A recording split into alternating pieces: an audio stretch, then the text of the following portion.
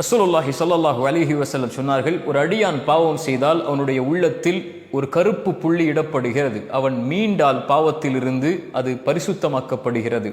அவன் திரும்ப திரும்ப பாவத்தை தொடர்ந்தால் அது பெரிதாகி பெரிதாகி அவனுடைய உள்ளத்தையே அது இருளாக்கி விடுகிறது என்று. பாவங்கள் அதிகமானால் உள்ளம் இருளாகும். உள்ளம் இருளானால் அல்லாஹுடைய வெளிச்சமோ, குர்ஆனுடைய வெளிச்சமோ, தீனுடைய வெளிச்சமோ, ஈமானுடைய வெளிச்சமோ நுழைய முடியாது. இமாம் ஷாஃபிஈ, இமாம் மாலிக் அவர்களுடைய மாணவர் ஆசிரியர் இமாம் மாலிக் அவர்கள் தன்னுடைய மாணவர் இமாம் ஷாஃபிஈயை பார்த்து சொன்னார்கள், இமாம் ஷாஃபிஈ, உன்னுடைய உள்ளத்தில் அல்லாஹ் அவனுடைய வெளிச்சத்தை கொடுத்திருப்பதை பார்க்கிறேன். ஒருபோதும் பாவம் என்ற இருளால் இருளாக்கி விடாது அந்த வெளிச்சத்தை என்று. சுப்ஹானல்லாஹ். ரசூலுல்லாஹி ஸல்லல்லாஹு அலைஹி வஸல்லம் அவர்களுடைய மாணவர் இப்னு மஸ்ஊத் ரலியல்லாஹு அன்ஹு அவர்கள் சொன்னார்கள், ஒரு அடியான் பாவம் செய்தால் அந்த பாவம் செய்ததற்கு பிறகு அவன் தன்னை வருந்தி உணர்வான். ஒரு மலையிலிருந்து ஒரு பாறை உருண்டோடி வந்து அவனை தாக்கினால் எப்படி அவன் மரணத்தை பயப்படுவானோ அது போன்று பாவம் செய்து முடித்ததற்கு பிறகு பயப்படுவான். ஆனால் இவன் அல்லாஹுவை நெருங்கக்கூடிய முஃமின், இவன் தௌபாவை செய்யக்கூடிய முஃமின். ஆனால் ஒரு பாவி முனாஃபிக் யார் தெரியுமா? அவன் பாவம் செய்வான், பாவம் செய்வான், தௌபா செய்வான், பாவம் செய்வான், தௌபா செய்வான். ஆனால் அவனுடைய உணர்வு, அவனுடைய மூக்கில் ஒரு ஈ உட்கார்ந்து சென்றால் எதுவோ அது போன்றுதான் இருக்கும் என்று. இது யாருடைய நிலைமை? என் நிலைமை உங்கள் நிலைமை இல்லவா? ரசூலுல்லாஹி ஸல்லல்லாஹு அலைஹி வஸல்லம் அதனால் தான் சொன்னார்கள், அந்நதமு அத்தௌபா, பாவத்தை உணர்தல் தான் அல்லாஹ்வை நோக்கி மீளுதல் என்றார்கள். குர்ஆன் சொல்லுகிறது, வல்லதீன இதா ஃபஅலு ஃபாஹிஷத்தன் அவ் ஸலமு அன்ஃபுஸஹும் ذكروا فاستغفروا لذنوبهم ومن يغفر الذنوب الا الله ولم يصروا على ما فعلوا وهم يعلمون. மானக்கீடான அசிங்கமான காரியங்களை செய்ததற்கு பிறகு அல்லாஹ்வை நினைவு கூர்ந்து பாவ மன்னிப்பை தேடி பாவத்தை அல்லாஹ்விடத்திலே முறையிட்டால் அல்லாஹ்வை தவிர யார் அவனுடைய பாவங்களை மன்னிக்க முடியும் என்று கேட்டதற்கு பிறகு அவன் நிலைமை எப்படி மாறும் என்று சொல்லுகிறது. தௌபாவிற்கு பிறகு அவன் எப்படி தன்னை சுத்தப்படுத்திக் கொள்வான்? வலம் யுசிர்ரு அலா மா ஃபஅலு வஹும் யஅலமூன். ஒருபோதும் அறிந்த நிலையில் அந்த பாவத்தில் தொடர்ச்சியாக இருக்க மாட்டான். இல்லல்லதீன தாபு மின் பஅதி ذلك வஅஸ்லஹு ஃபஇன்னல்லாஹ கஃபூருர் ரஹீம். குர்ஆன் சொல்லுகிறது, தௌபா செய்ததற்கு பிறகு அதற்கு பிறகு தன்னை சீர்படுத்திக் கொண்டு, தன்னை நேராக்கிக் கொண்டு, தன் உள்ளத்தை சுத்தப்படுத்திக் கொண்டு யார் அல்லாஹ்வை நோக்கி வருகிறார்களோ அவர்களுடைய பாவத்தை அல்லாஹ் மன்னிப்பான், அவர்களுக்கு இரக்கம் காட்டுவான். 100 கொலை செய்த அடியானுக்கு அந்த அறிஞர் செய்த அறிவுரை என்ன? நீ பாவத்தை உணர்ந்து விட்டாய், தௌபா செய்ய விரும்புகிறாய், ஆனால் நீ உன்னை சீர்படுத்த வேண்டும், அந்த நல்லவர்களுடைய ஊருக்கு செல் என்று. ரசூலுல்லாஹி ஸல்லல்லாஹு அலைஹி வஸல்லம் இடத்திலே ஒருவர் வருகிறார் தொழுகையுடைய நேரத்தில். அல்லாஹுடைய தூதரே, ஒரு பாவத்தை செய்து விட்டேன், தண்டனையை கொடுங்கள் குர்ஆனின் படி. ரசூலுல்லாஹி ஸல்லல்லாஹு அலைஹி வஸல்லம் அமைதியாக இருக்கிறார்கள். அதற்கு பிறகு அவர் ரசூலுல்லாஹி ஸல்லல்லாஹு அலைஹி வஸல்லம் தொழுகை நடத்துகிறார்கள்.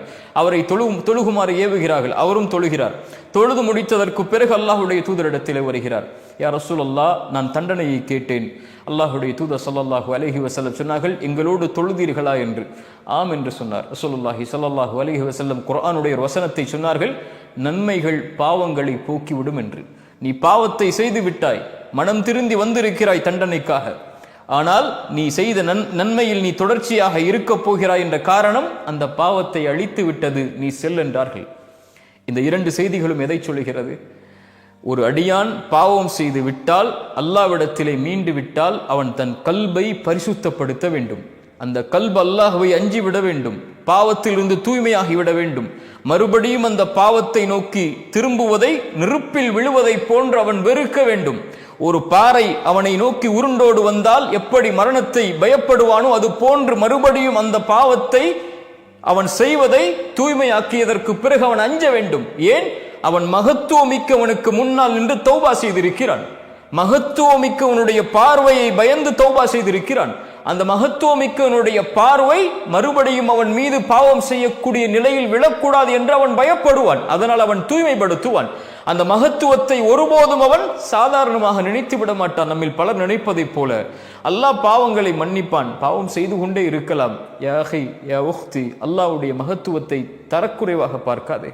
அல்லாஹ் உன் பாவத்தை மன்னிப்பான். எந்த பாவம் செய்தாலும் அல்லாஹ் மன்னிப்பான். ஷிர்க்கை கூட மரணத்திற்கு முன்னால் தௌபா செய்தால் அல்லாஹ் மன்னிப்பான். ஆனால் அல்லாஹ்வை கேலியாக்குவதா? என்ன வேண்டுமானாலும் செய்து கொள்ளலாம், மன்னிப்பு கேட்கலாம், செய்வோம் மன்னிப்பு கேட்போம், செய்வோம் மன்னிப்பு கேட்போம். இது அல்ல தௌபா. இதல்ல அல்லாஹ்வுடைய மகத்துவத்தை பேணுதல்.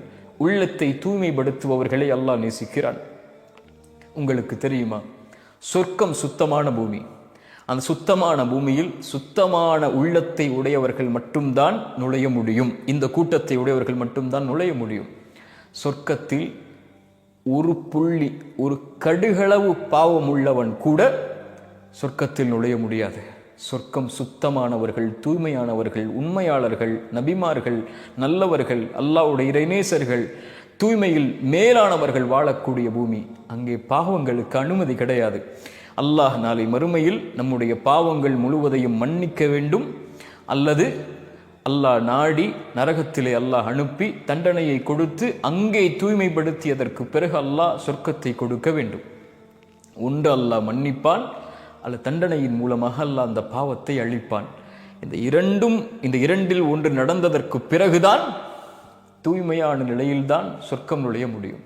நல்லவர்களுடைய விசாரணை அல்லாஹுடைய தூதர் அதனால் தான் சொன்னார்கள், நல்லவர்கள் பாவ மன்னிப்பு கேட்காத பாவங்களை அல்லாஹ் எண்ணுவான் மறுமையில். இதை செய்தாயா, இதை செய்தாயா, இதை செய்தாயா என்று.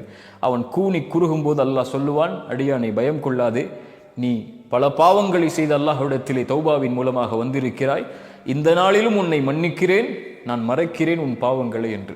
சுப்ஹானல்லாஹ். தூய்மையானவர்களை அல்லாஹ் நேசிக்கிறான். ரசூலுல்லாஹி ஸல்லல்லாஹு அலைஹி வஸல்லம் இந்த இரண்டு வசனங்களையும், இன்னல்லாஹு யுஹிப்புத் தவ்வாபீன் வ யுஹிப்புல் முத்தத்தஹிரீன், இந்த வார்த்தைகளை தங்களுடைய துஆவில் சொன்னார்கள். ரசூலுல்லாஹ் சொன்னார்கள், ஒருவர் உது செய்து விட்டு யார் ஒருவர் அஷ்ஹது அல்லா இலாஹ இல்லல்லாஹ் வஹ்தஹு லா ஷரீக லஹ் வ அஷ்ஹது அன்ன முஹம்மதன் அப்துஹு வ ரசூலுஹு என்று கூறி, அல்லாஹும்ம ஜஅல் தவ்வாபீன் வ ஜஅல்னி மினல் முத்தத்தஹிரீன், யா அல்லாஹ் என்னை தௌபா உடையவர்களில் ஆக்கு, உன்னை நோக்கி மீண்டு வரக்கூடிய மக்கள் என்னை ஆக்கு, என்னை தூய்மையானவர்களில் ஒருவராக ஆக்கு, என் கல்பாலும் உள்ளத்தாலும் உடலாலும் என்று பிரார்த்தனை செய்கிறார்களோ சொர்க்கத்துடைய எந்த வாசல் வழியாகவும் அவர் நுழைந்து கொள்ளலாம் என்று அல்லாஹுடைய தூதர் ஸல்லல்லாஹு அலைஹி வஸல்லம் அவர்கள் சொன்னார்கள்.